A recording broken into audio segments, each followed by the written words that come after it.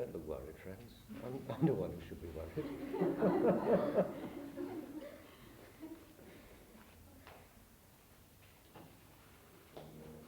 So, what is Hara?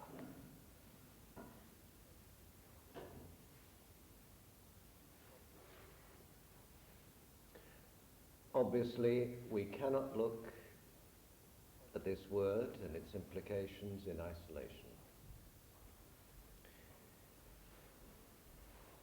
Everything is related.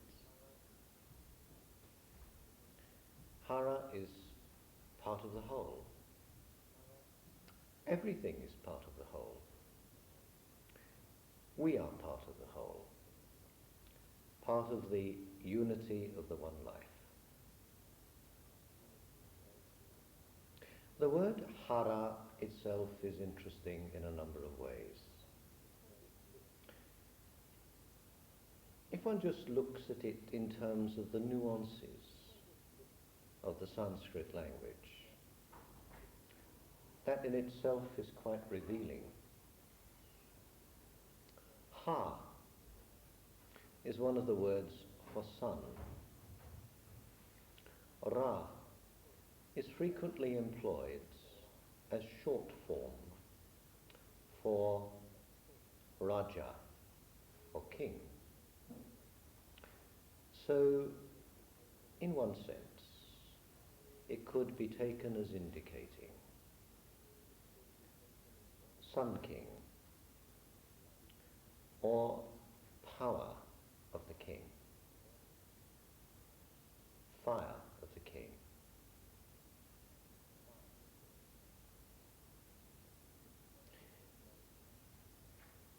I think it might be helpful if we just enlarge a little on what we were saying last night, was it? About the three levels of the incarnation of Agni. Agni is fire. Agni is cosmic fire. Agni is the active form of spirit. Insofar, that is, as human consciousness has been able to perceive it. The three levels of Agni.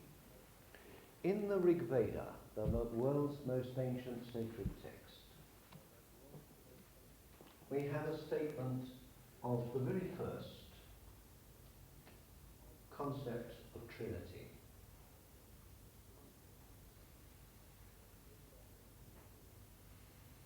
And the three levels of the Trinity are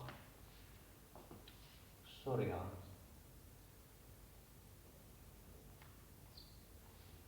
meaning sun, the source of all light, the source of all power, the source of all things.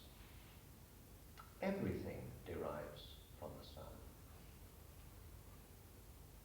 Indeed, we have a specialist among us who is working on harnessing the power of the sun. And when I've been talking in this vein, I've even known him to affirmatively nod his head. So I'm reassured, friends. All things come from the sun. Literally, we are of the substance of the sun.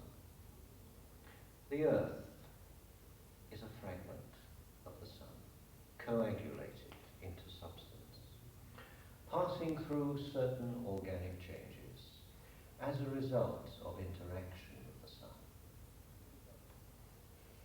And the substance of our bodies is of the substance of the sun. The energy that animates our organism is the power of the sun. The sun is the source of all the power, of all the energy that we know. And it is but one small step to envisage that the intelligence we possess is likewise an aspect of the intelligence of the sun. All is one, all is a unity. We are a microcosmic representation of that unity. We should be, humanity should be, the embodiment, the expression, the manifestation of the deeper truth of nature. What does destiny intend when destiny manifests humankind? What is nature working to bring about? The story of human life gives us many strong promptings in that direction. The story of human life may be, in one sense, recorded as history. And history is the linear statement of facts concerning humanity and the life of humanity upon the earth. Also, there is mythology, which is deeper than history. It is partly history. It is partly the essence from which history is formed. It is the chart of the spiritual journey of the human race. And we come also to religion. An essential component of all religion, of all the great faiths, is the mythos, that which is not history, but which contains much history, but is the message beyond history. And history is, or should be, shot through with that deeper meaning, that revelation which nature is outpouring in the story of the unfolding of life, the story of humankind.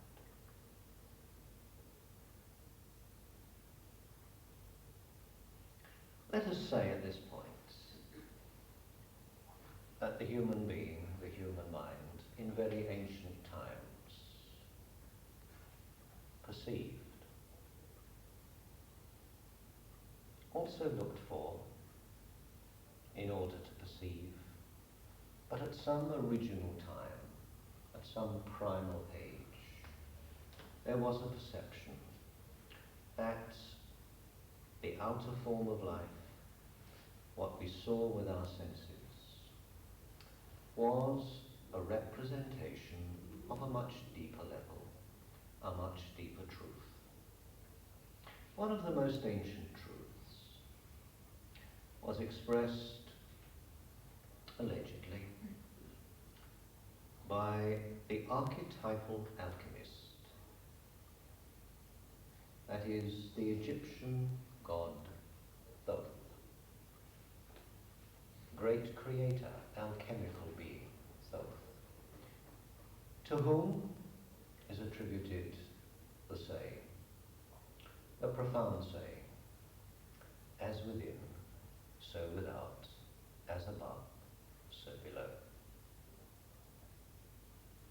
So the without that we cognize superficially through our physical senses is an expression of something much deeper, which we need to cognize with deeper faculties,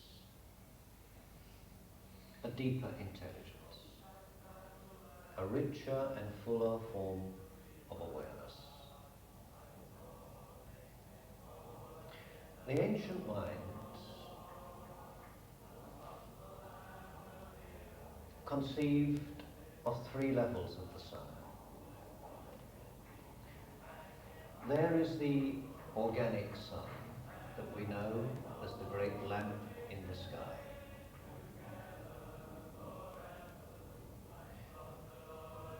Deeper than that, there is the intelligence of the sun, the wisdom force of the sun, that which generates the ideation, the word that goes forth the light that manifests organically, that which holds things in order. And beyond that, there is the spiritual sun. The spiritual sun is the ultimate source, which cannot be measured.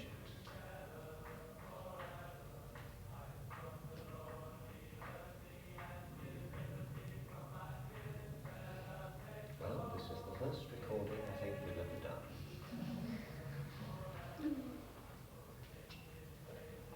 With such an accompaniment. I think that would be rather nice.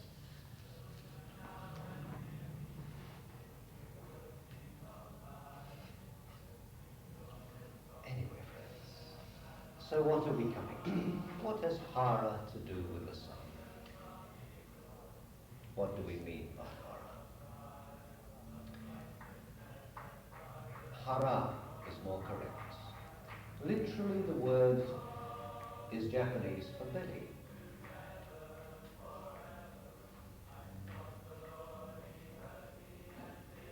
But it means something much deeper than the physical belly.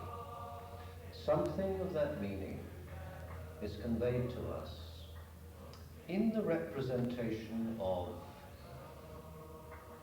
the pot-bellied Buddha, which does not mean that there is virtue in looking like Billy Hunter, but is rather expressing a deeper level, a deeper meaning, a deeper truth, relating to the power within the human being.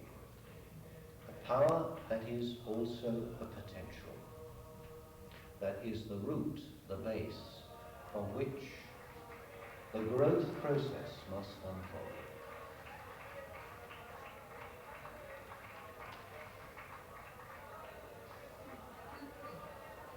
Surya, the sun, is the first manifestation of Agni, the cosmic fire.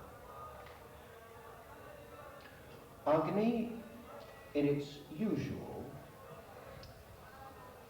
earthly sense, means the fire upon the earth,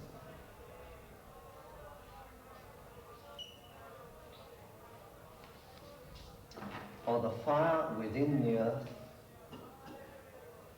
or the seed of the light, which is the fire within the earth. And here we have Atmos.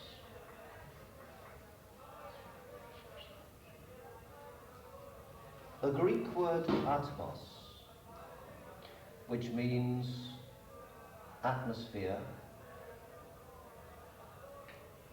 and which is related to Atman.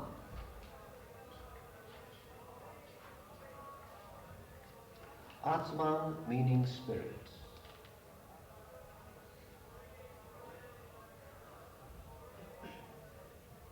Atman literally means breath or breathing.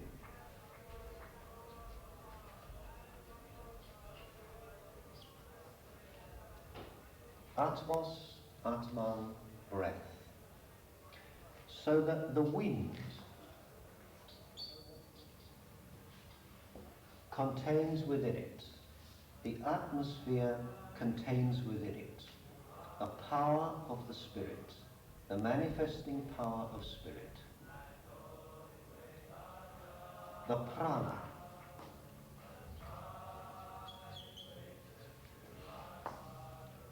which suffuses all creation and which is the fundamental sustenance, which everything breathes, which holds everything alive.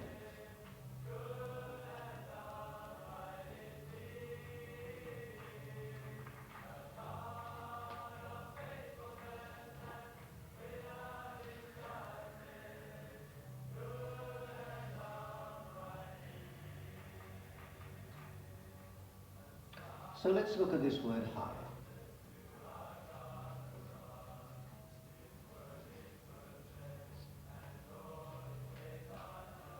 Sun, king, by implication. In point of fact, however, literally in Sanskrit, it means horizon.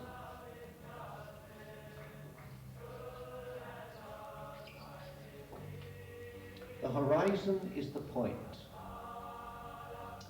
at which the earth and heaven meet. They conjoin, they link. Also, in a related language, Iranian, Hara means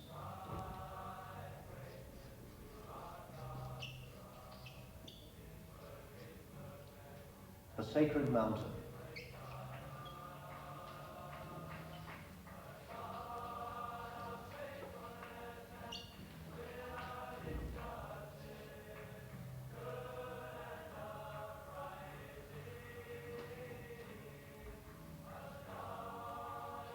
And in this sense, Hara, the Iranian Hara, equals Mount Meru,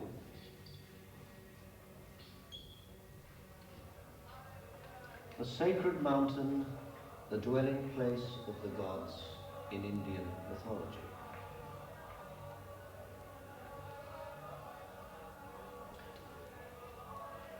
The word literally means belly in Japanese. It's interesting to reflect that the Hara point, or the Tanden, which is the focal point of the Hara, the Tanden is represented as an inch or so below the navel, which is the physical point of balance and also the psychological point of balance.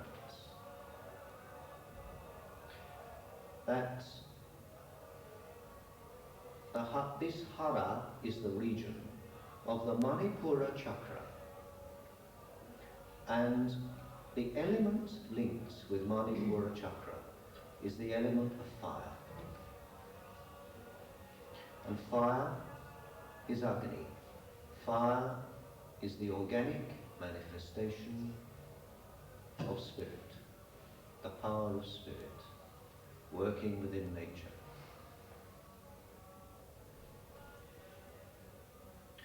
In Hebrew, Hara means conception.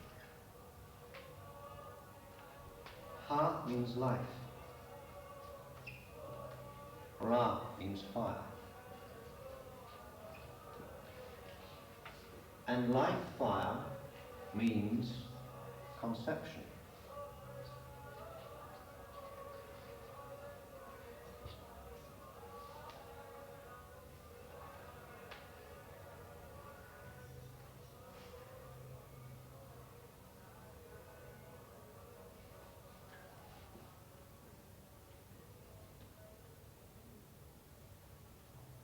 It's very interesting how in different traditions the conjoining of those two syllables represents the source of life.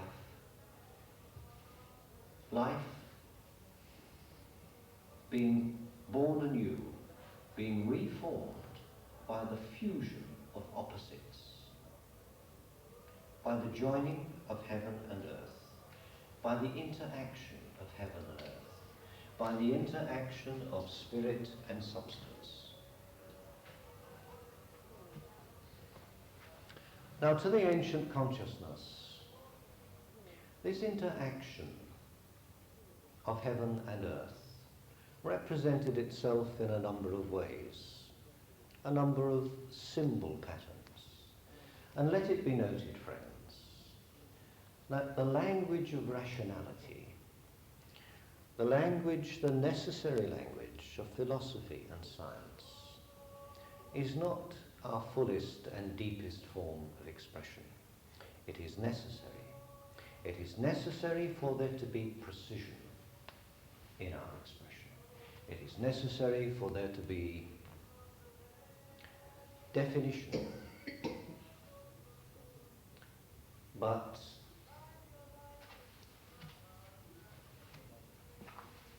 deeper than the level of definition and formal philosophy, there is the level of poetry,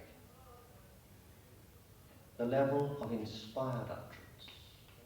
And in most ancient times, the prophets were also the poets, and the poets were also the prophets.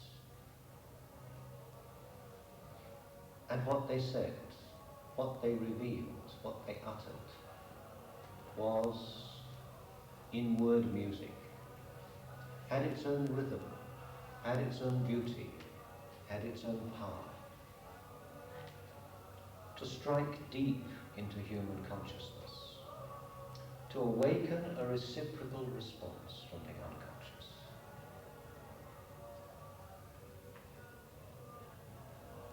That is the power of the prophet, to speak the words of deeper meaning, fuller meaning, essentially to invoke the potential within human consciousness. But deeper still than the poets, there is the language of abstract symbolism, which is beyond all words, and which there is adequate substantiation for asserting that in different ages, in different places, there has occurred to human consciousness symbol patterns, symbol forms that just happen. And they are expressing the inner meaning of the movement of the universe and the life force within that evolving entity which is the human being.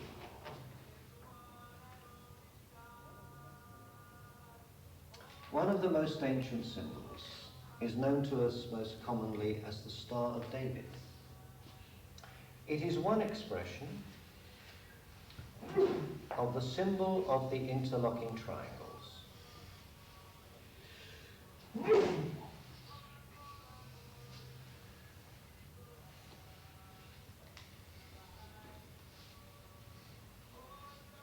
The interlocking triangles can be, of course, I'm aware, variously interpreted. But the downward pointing triangle is the expression of spirit incarnating into the earth, spirit coagulating into substance, spirit sowing its seed in the earth. Conversely, because life is in balance, because there is this innate equilibrium in nature,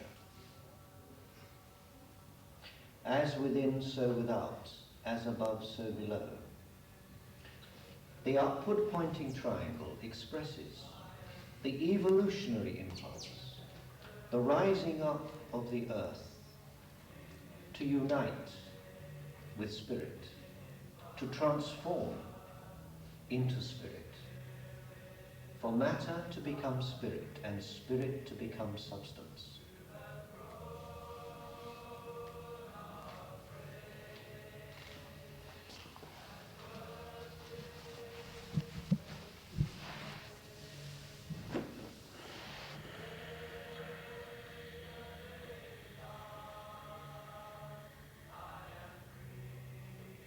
So how does this concern our reflections on Hara?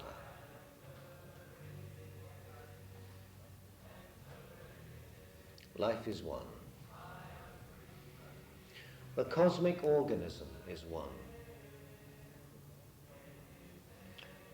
Mankind is microcosm within a macrocosm. I would offer the thought that the earth we inhabit is the ego of the sun, and the seed of the sun is necessarily within the earth. And from that seed is born the evolving impulses in nature. From that seed comes the phases of human growth, leading to the state of the avatar, spirit itself, fully formed, fully expressive within substance, the God-man. Conversely, if we look, there is the seed of the earth within the sun. If we look at the Tai Chi symbol, the interaction of heaven and earth, within the one there is the seed of the other.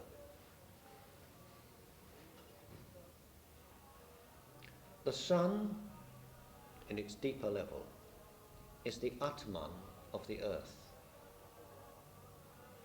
Therefore, the one cosmic light is the Atman that pervades all creation, the Atman that is the spirit of every living thing.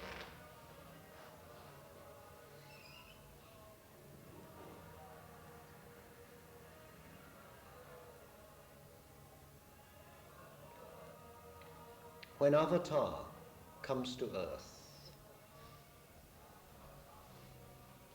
Avatar is the seed within the earth that manifests perfection on earth.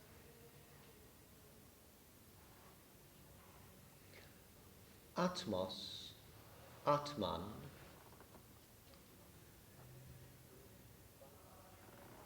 is Vayu, wind. Vayu or Vata. Vata means the power of organic spirit.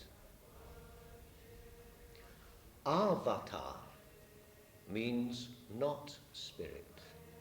Avata means the organic form as against the abstract and formless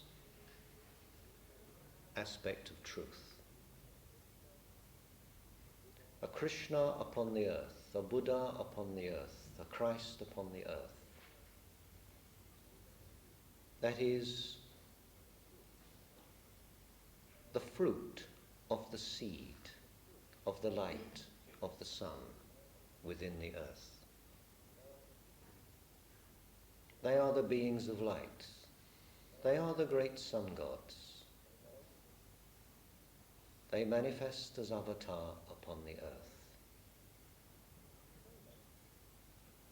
So that, friends, our yoga, our path, our discipline, our aspiration, and not least our breathing, is an expression, and must increasingly become an expression, of the aspiration of the earth, the yearning of the earth to transform into spirit,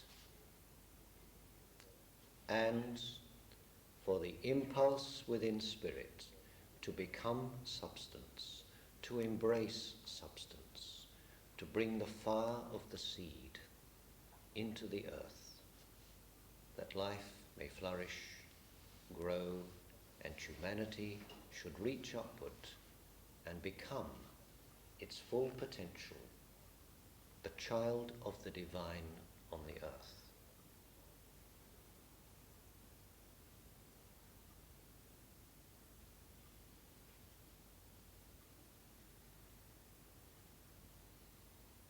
So, what does this imply in our actual practice?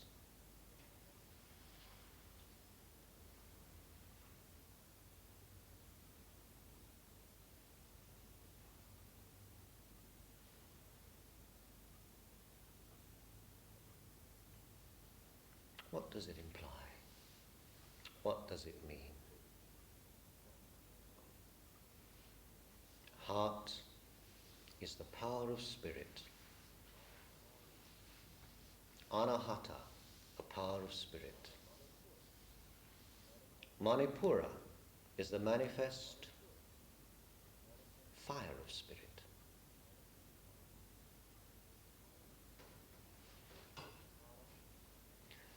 Hara and heart must be in balance.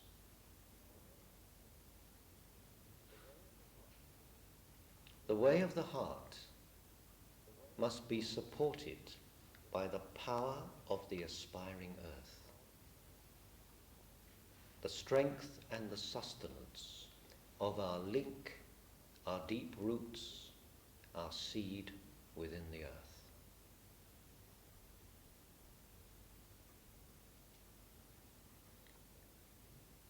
Conversely, the strength of our Hara must be subordinate to the wisdom, the love, the sensitivity, the deeper perceptions of the heart. So our yoga becomes a way of opening the hearts and a way of strengthening the Hara.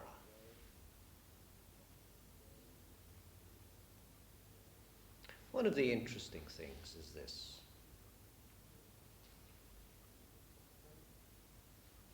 The straight and narrow path.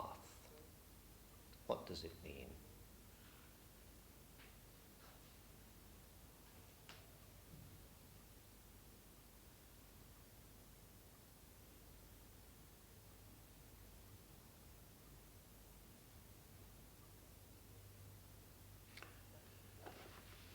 There's a Saxon word that's fallen out of current usage.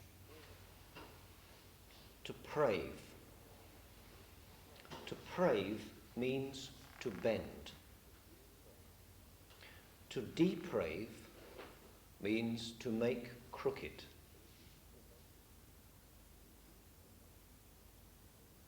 It's very interesting. How ancient is this word crooked? The crooks and the crooked and the bent. These are terms of modern usage. But they're rooted in ancient concepts. And much more ancient than our Saxon language is the language of the Vedas and the concepts of the Vedas.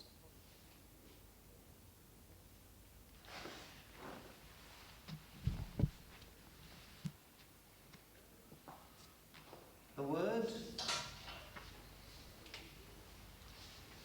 for crooked is vriginya.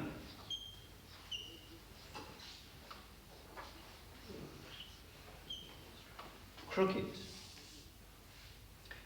It is distinct from the word for straight, which is sadhu.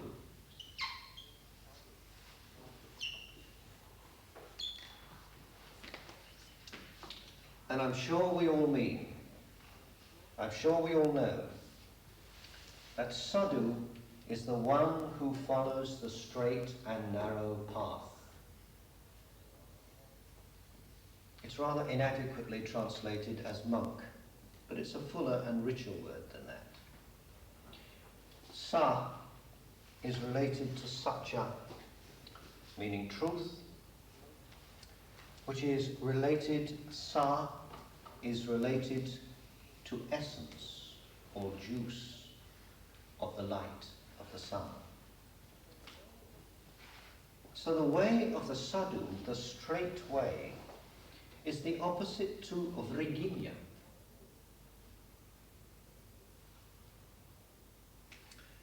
And vritra is the great dragon.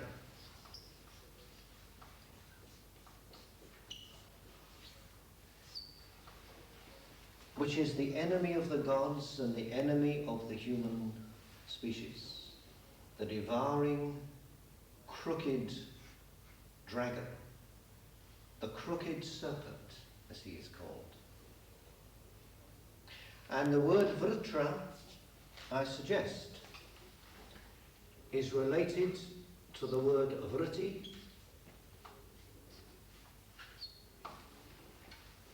which means fluctuations of consciousness, the fluctuations of mind, the obsessive mental processes, the compulsive flow of thought, emotion, which demonstrates our immature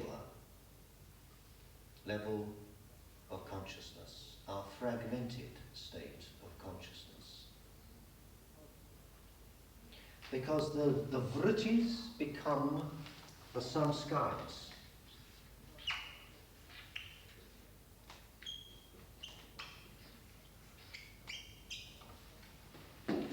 And the samskaras are the repressed thought forms within the unconscious of the human race, within the unconscious of the planetary life. These samskaras, these trapped energies, these outworn and toxic forces, in part at least, derive from the vrittis,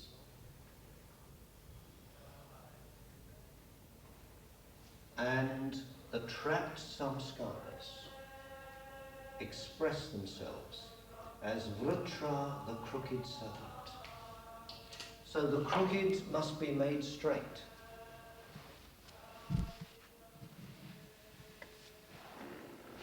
I think it's in Isaiah, is it not, that there occurs the prophetic utterance that the Lord shall come.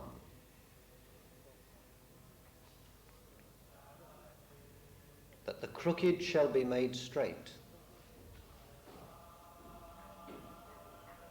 and the rough places plain.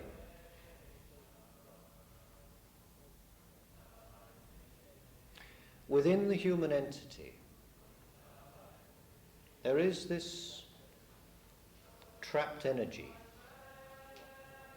this kundalini, this coiling of the serpent,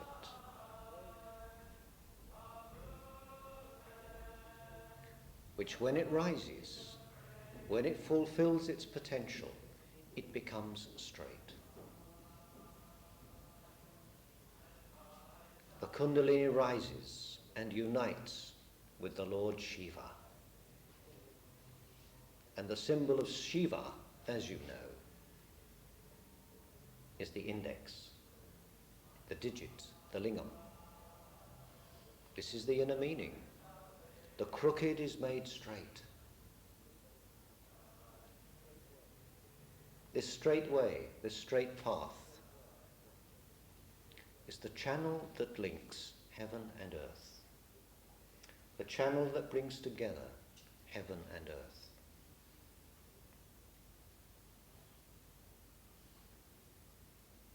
It is, in one sense, a Hara,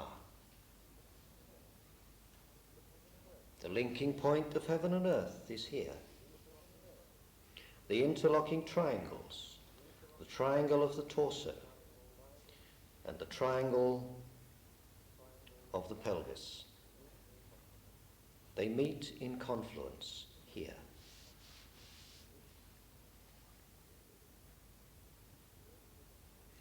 To work with the Hara is to stabilize the base, is to arouse the energy which shall be the servant of the awakening heart.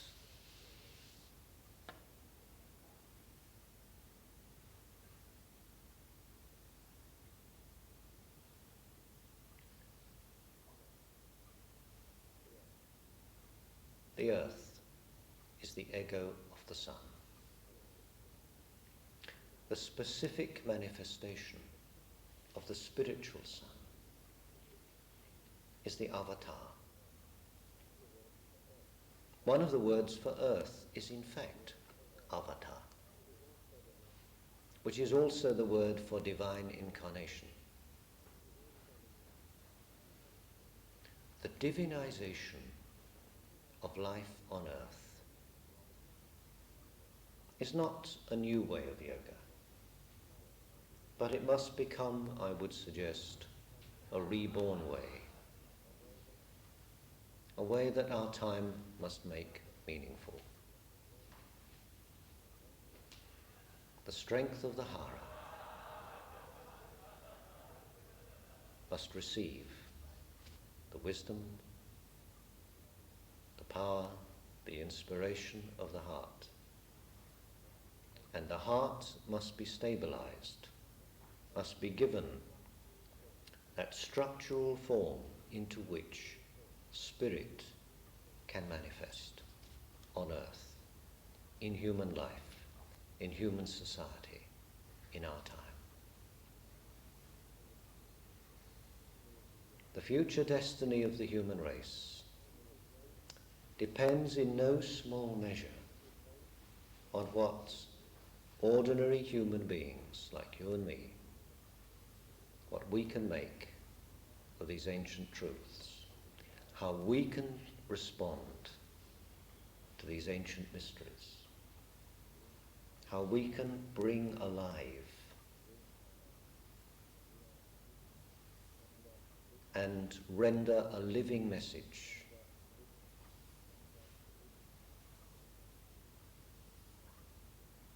from the teachings of the past. And this will only be possible if we are able to open ourselves to the inspiration of the here and now, and find the birth of the light in the immediate.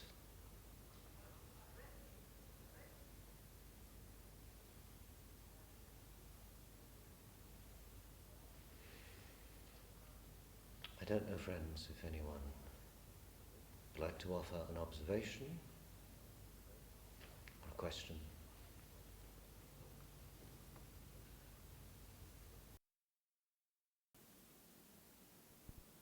Ask about the solar plexus, which would be our own language and positioning. Mm. What about it? Well, it's a different position, slightly. I just wondered if there was any relevance in that. It depends on which system of chakras you follow, you see.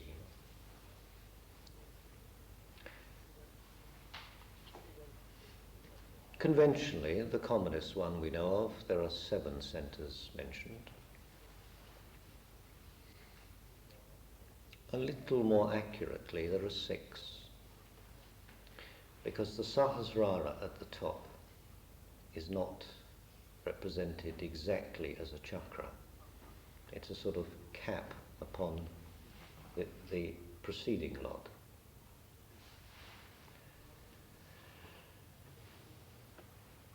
In Tibetan Tantra, they rationalize it as 5. They make the head centers as 1. They make the 2 base centers as 1. And so they represent it in a slightly simplified form. I wouldn't for a moment call it simple, but a slightly simplified form as 5 centers. There are other systems, not uncommon, is a totality of 12 centers.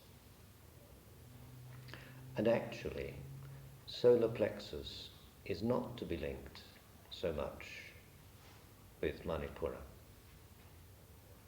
but with a chakra above Manipura, whose name eludes me at the moment. But it must still be, I mean, obviously it's Obviously it's there, and obviously it is vitally important.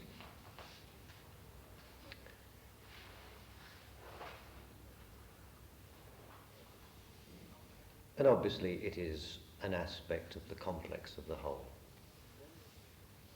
But when we're talking about Hara, we're actually focusing consciousness a little deeper.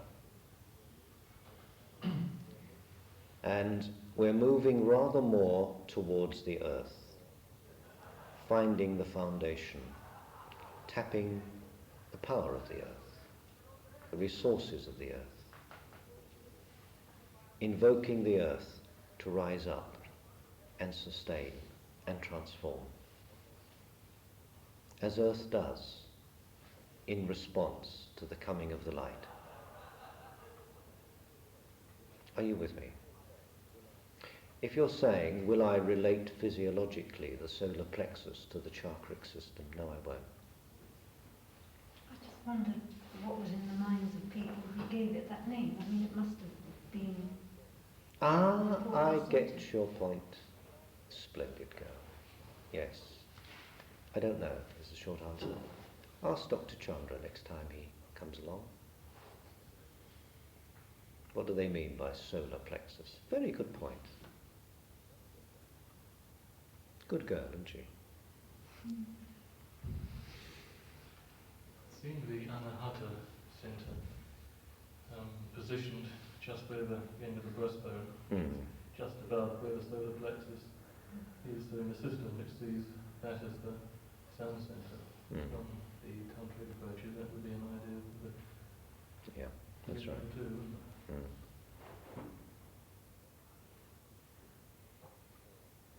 But I don't recall offhand what comes between these two, but there is a centre. It obviously has a meaning.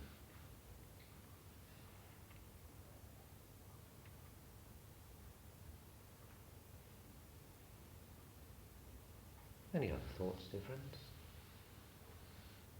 And anatomically, would the diaphragm be the horizon, sort of curved horizon where earth and air... That's how I would see it, yes.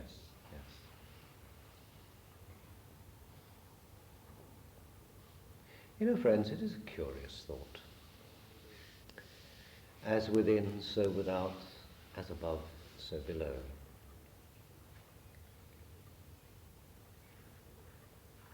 That at a very ancient time, the land mass of the earth was one.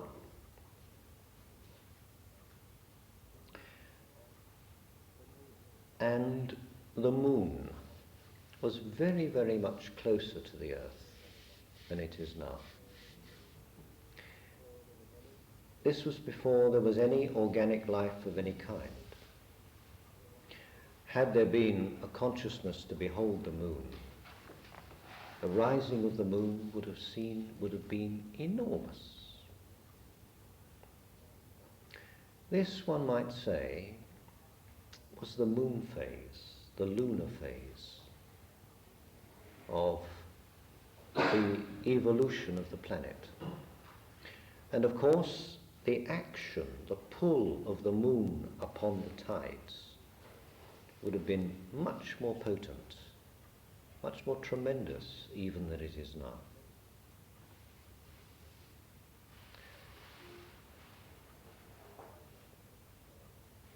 And of course, that pull of the moon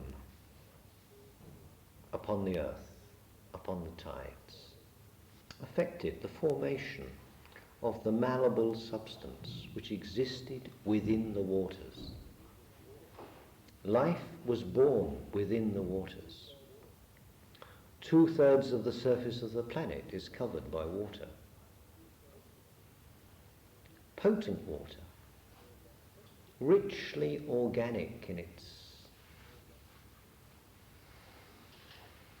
its constitution.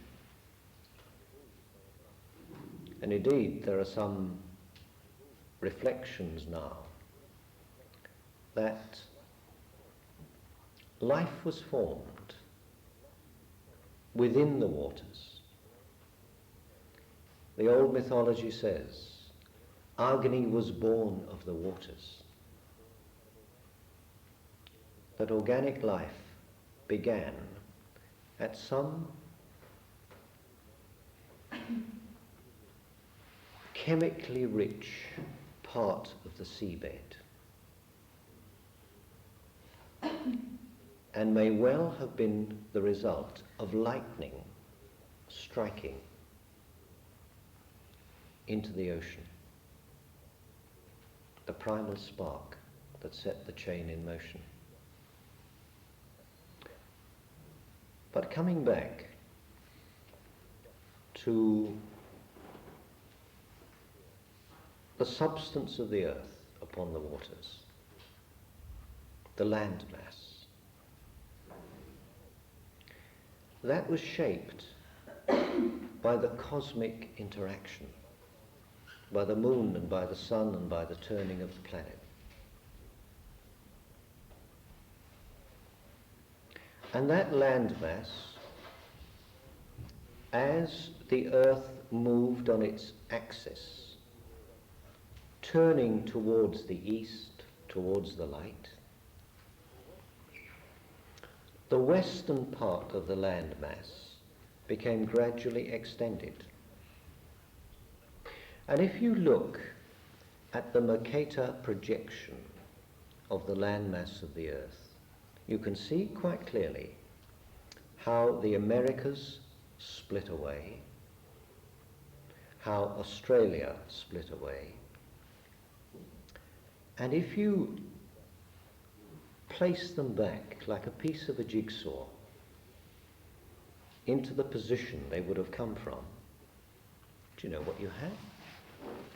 You have this shape. This shape. Now that shape is, mind you, first of all, you would have the laterally extended form of that, because gradually it got wider and wider until the Americas and Australia broke away, stretched away. But much earlier than that, it was narrower. And if you look, it was very close to what the ancient mind perceived as the dance of the cosmic man.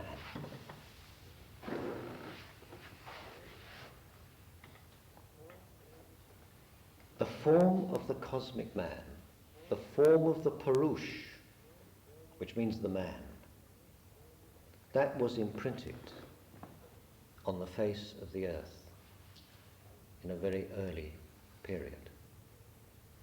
Then it split. Fragmentation occurred, as within, so without. If you look at the Rig Veda, the one being, the cosmic Purush, split, and the splitting of the one being,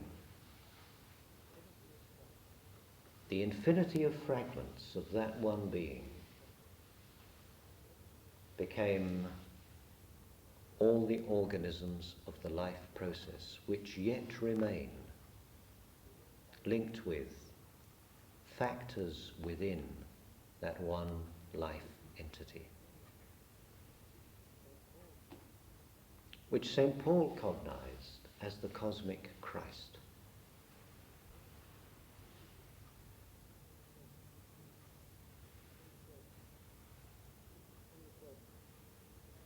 In the 3rd century of our era,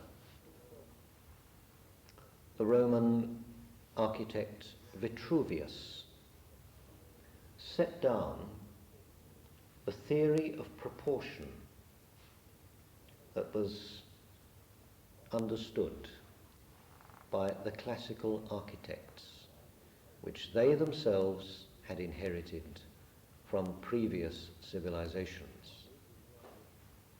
Not least, one would suspect, almost certainly, from Egypt. And Egypt was a civilization concurrent with ancient Sumeria and the Indus Valley. And when they built, when they made their structures, they did it with a concept of expressing the cosmic form, making an environment, making a structure in which the microcosm, which was mankind, would harmoniously respond to. So it was the theory of human proportion which the ancient architects, with their wonders of creation, were manifesting.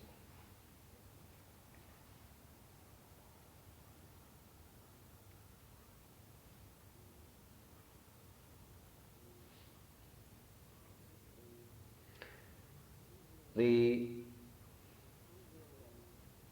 Vitruvian man was an expression of the ancient cosmic form of this teaching.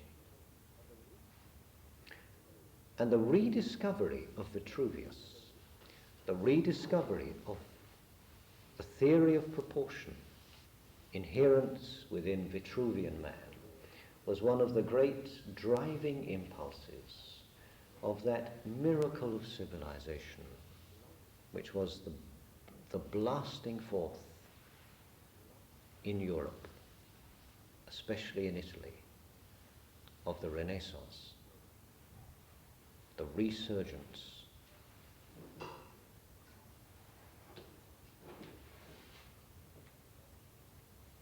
coming of the life force once again into human affairs, the rebirth.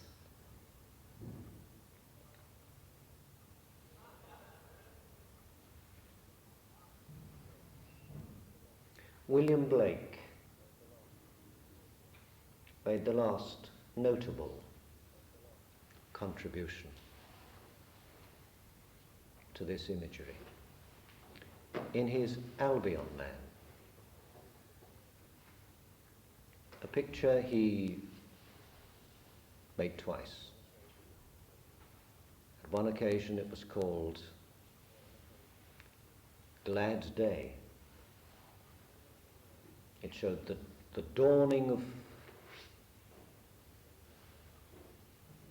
radiant man. And on another it was called The Dance of Albion.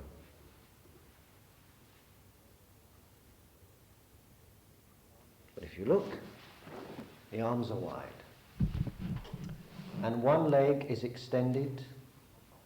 It indicates, no doubt intuitively, the dragging of the right side, the western side, as the earth spun to the left towards the east. That was Blake's response, Blake's representation of the Vitruvian man of the Renaissance.